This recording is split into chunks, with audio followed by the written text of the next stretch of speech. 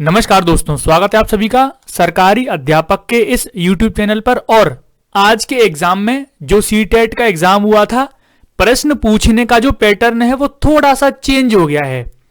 थोड़े टॉपिक भी सीटेट ने चेंज कर दिए हैं। लगातार 5 से 6 दिन 7 दिन सीटेट ने कुछ पार्टिकुलर टॉपिक्स थे, उन्हीं पर प्रश्न पूछ रहा था।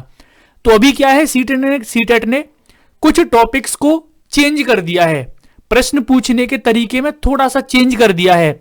और आज तो यह हुआ कि ईवीएस में जो प्रश्न पूछे गए वो पेडागोजी से ज्यादा थे, यानी कि पेडागोजिकल प्रश्न ज्यादा पूछे गए। और यकीन मानिए होना भी ऐसा ही है। जब आगे चल के जो भी सीटेट एग्जाम देगा, आज से फिर दोबारा जब सीटेट एग्जाम होगा तो पेडागोजिकल प्रश्नों पर ज्यादा फोकस करेगा सीटेट, है ना। जो हर साल जो प्रश्न रिपीट हो रहे हैं, बार बार वो प्रश्न सीटेट पूछ रहा है, अब इस पैटर्न को वो चेंज करने वाला है। नए नए प्रश्न आपको देखने को मिलेंगे आगे एग्जाम में, और ज्यादातर पेडागोजिकल प्रश्न ही देखने को मिलेंगे। तो आज की इस वीडियो में मैं आपके साथ जो प्रश्न आज पूछे गए वो डिस्कस करूंगा, जो टॉपिक्स रिपीट हो रहे हैं, जो टॉपिक्स इंपॉर्टेंट हैं, और कुछ टॉपिक्स तो अभी तक रिपीट हो रहे हैं वो भी मैं आपको बताऊंगा। इसके अलावा आपको मैं अपने नोट्स भी दिखाऊंगा, जो मैंने सीटेट के लिए, यूपीटेट जो भी हमारे नोट्स होते हैं, तो हमारे नोट्स से कैसे सीधे सीधे प्रश्न आते हैं, कैसे सिंपल नोट्स हैं, वो भी मैं आज आपको दिखाऊंगा। तो चलिए शुरुआत करते हैं, देखते हैं कौन कौन से प्रश्न पूछे गए। प्रश्न पूछने से पहले मैं आपको बता दूं, जो सीटेट के एग्जाम हो रहा है उसका जो लेवल है वो मीडियम लेवल का एग्जाम है। जब स्टार्टिंग से 16 दिसंबर से एग्जाम होना स्टार्ट हुआ था, वहां से लेकर अभी तक एग्जाम का लेवल एकदम सेम है। ऐसा नहीं हुआ है कि किसी शिफ्ट में इजी पेपर आ जाए, ऐसा नहीं हुआ है कि किसी शिफ्ट में टफ यानी कि कठिन पेपर दे दे सीबीएसई। सीटेट का जो लेवल है वो मीडियम है, क्या है, मीडियम लेवल का है, मॉडरेट लेवल का है। तो इससे हमें यह पता लग रहा है कि इस बार जो नॉर्मलाइजेशन की प्रक्रिया होगी तो उसमें 2 से 3 नंबर ऊपर नीचे ही होंगे, जो या तो आपको 2-3 नंबर एक्स्ट्रा मिल जाएंगे या फिर 2-3 नंबर कम मिलेंगे। चलिए एक एक करके टॉपिक्स को देख लेते हैं, कौन कौन से टॉपिक से प्रश्न पूछे। वाइगोत्स्की से प्रश्न पूछा गया है, वाइगोत्स्की से जेडपीडी से प्रश्न पूछा गया। तो मैंने आपको 3 मनोवैज्ञानिक बनाए हैं। जीन पियाजे से प्रश्न पूछा जाएगा, कोहलबर्ग और वाइगोत्स्की, ये तीनों को तो आप जरूर पढ़कर जाइएगा, इन तीनों से ही प्रश्न पूछे जाते हैं। ठीक है, वाइगोत्स्की से थोड़ी सी चीजें मैं आपको आगे बताने वाला हूं। नई शिक्षा नीति से 2-3 प्रश्न हर बार आ रहे हैं, आज भी आया, डेली के एग्जाम में आ रहा है। तो नई शिक्षा नीति को पढ़कर जाइएगा। नई शिक्षा नीति पर मैंने 3 से 4 वीडियो बना रखी हैं। नई शिक्षा नीति पर आप डालेंगे ना यूट्यूब पर सरकारी अध्यापक NEP, न्यू एजुकेशन पॉलिसी, या फिर नई शिक्षा नीति डालोगे तो वीडियोस आ जाएंगे, उसमें देखना। नई शिक्षा नीति से मैंने काफी सारी वीडियोस बना रखे हैं, तो उनको देख कर जाइएगा और नीचे कमेंट सेक्शन में बता दीजिएगा जो टॉपिक्स पूछे जा रहे हैं नई शिक्षा नीति से, उस पर भी मैं एक अलग से वीडियो बना दूंगा। ठीक है, तो ये टॉपिक तो आपको पढ़कर ही जाना है। नई शिक्षा नीति से प्रश्न पूछा ही जा रहा है। जीन पियाजे, कोहलबर्ग, वाइगोत्स्की से प्रश्न पूछा ही जा रहा है। आज एक प्रश्न पूछा गया, ग्रीन हाउस गैस, जो हमारी हरित वाली जो गैसेस हैं, ग्रीन हाउस गैसेस हैं, तो ईवीएस का टॉपिक है, इसको जरूर पढ़कर जाइएगा। ईवीएस के टॉपिक में जो ओजोन लेयर है उसको पढ़कर जाइएगा, है ना। तो इनसे ये कुछ ऐसे टॉपिक हैं ईवीएस में जो पूछे ही जाते हैं, है ना। जो वायुमंडल की परतें हैं उसको पढ़कर जाइएगा। तो ये कुछ टॉपिक हैं जो पूछे जाते हैं हर बार। ईवीएस पेडागोजी में आपको मैंने बता दिया, ईवीएस पेडागोजी इस बार ज्यादा आई थी।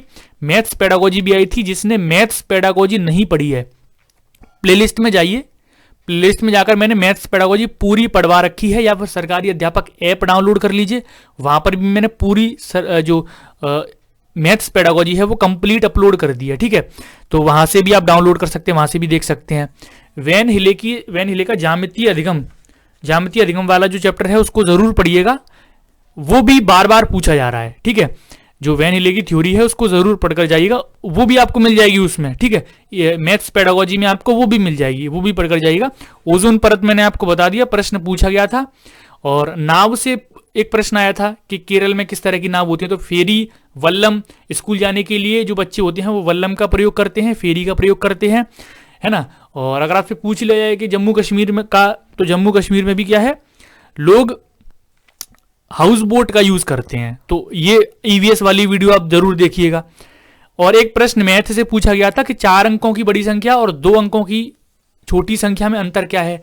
तो नीचे कमेंट करके मुझे बताइए कि 4 अंकों की सबसे बड़ी संख्या कौन सी होगी, 2 अंकों की सबसे छोटी संख्या कौन सी होगी, फिर इसको माइनस कर दीजिएगा, आंसर आ जाएगा। ठीक है, तो ये नीचे कमेंट सेक्शन में आप लोग बताइए कि 4 अंकों की सबसे बड़ी संख्या कौन सी है, 2 अंकों की सबसे छोटी संख्या कौन सी है। एक प्रश्न आया था जो डिविजिबिलिटी रूल्स वाला जो टॉपिक है आपका मैथ्स में, तो डिविजिबिलिटी रूल्स से एक प्रश्न आया था, भाज्य बराबर क्या होता है, भाजक गुणा भागफल प्लस शेषफल। तो ये टॉपिक शायद मैंने मैथ्स में पढ़ा दिया है, और नहीं पढ़ाया तो मैं इसको भी मैं पढ़ा दूंगा, अलग से छोटा सा टॉपिक है, ये भी आप जरूर पढ़िएगा। विकास से वृद्धि और विकास पहला ही टॉपिक है, वृद्धि और विकास को जरूर पढ़कर जाइएगा। ईवीएस जो मैंने सीडीपी का कोर्स है उसमें अपलोड कर रखा है। स्लॉथ से संबंधित एक प्रश्न आया था, ईवीएस की जो एनसीईआरटी वाली वो है उसमें देख लीजिएगा। ठीक है, पर्यावरण की थीम और एनसीएफ, पर्यावरण की जो 6 थीमें हैं उनको पढ़कर जाइएगा। और नेशनल करिकुलम फ्रेमवर्क यानी कि राष्ट्रीय पाठ्यचर्या की रूपरेखा, इस पर भी मैंने वीडियो बनाई है, इस पर मैंने प्रश्न बताए थे आपको 30 से 35। आप डालिए सरकारी अध्यापक एनसीएफ 2005, तो वीडियो आ जाएगी। 30 से 31 प्रश्न हैं, उन प्रश्नों को देख लीजिएगा। ठीक है, तो ये जो टॉपिक हैं आज के एग्जाम में रिपीट हुए हैं। ठीक है, आज के एग्जाम में ये टॉपिक काफी सारे रिपीट हुए हैं, और वही टॉपिक हैं जो आपको हर बार पढ़कर जाने हैं।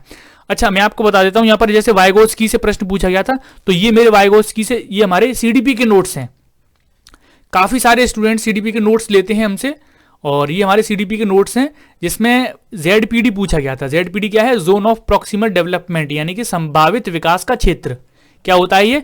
कि बच्चे के समस्या के दौरान बीच में उलझ जाने के बाद वहां से लक्ष्य की दूरी, जैसे मान लीजिए बच्चा कोई प्रॉब्लम सॉल्व कर रहा है, यहां पहुंच गया, उसका टारगेट ये है, अब वो प्रॉब्लम को सॉल्व कर रहा है, यहां पर वो अटक गया, तो यहां पर वो किसी बड़े की सहायता लेगा और उस टारगेट तक पहुंच जाएगा। इसको हम, इस क्षेत्र को कहते हैं संभावित विकास का क्षेत्र, हम इसको कहते हैं। ठीक है, स्कैफोल्डिंग भी पूछा जा सकता है। ढांचा निर्माण क्या है? समस्या समाधान के दौरान शुरुआत में कोई अस्थायी सहायता दे दी जाए। जैसे बच्चा कोई प्रॉब्लम सॉल्व कर रहा है और स्टार्टिंग में उसको थोड़ी सी हेल्प दे दी जाए, तो इसको हम स्कैप फोल्डिंग कहते हैं।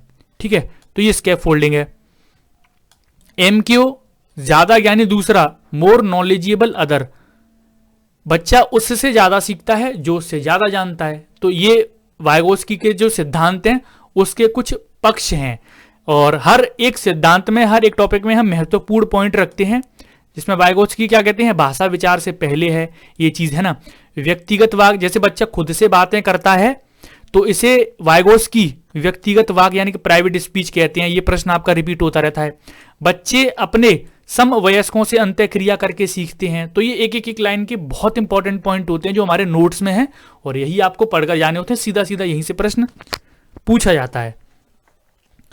ठीक है, तो ये वाइगोत्स्की से जो पूछा गया है, तो ये सारे टॉपिक्स मैंने वाइगोत्स्की के जो है वो कवर कर दिए हैं। आपको जीन पियाजे, कोहलबर्ग और वाइगोत्स्की जरूर पढ़कर जाना है, और ये प्रश्न, ये टॉपिक थे जो आज के एग्जाम में पूछे गए हैं और आगे भी पूछे जा सकते हैं, इसलिए इन पर ज्यादा फोकस करिएगा। तो ये छोटा सा एनालिसिस था आज के एग्जाम का। उम्मीद करता हूं कि आपको वीडियो पसंद आई होगी। वीडियो को लाइक करना है, शेयर करना है, पहली बार आए तो चैनल को सब्सक्राइब कर लेना है, बेल आइकन को ऑल पर सेट कर लेना है। मिलता हूं आपसे नेक्स्ट वीडियो में, अभी के लिए इतना ही, धन्यवाद।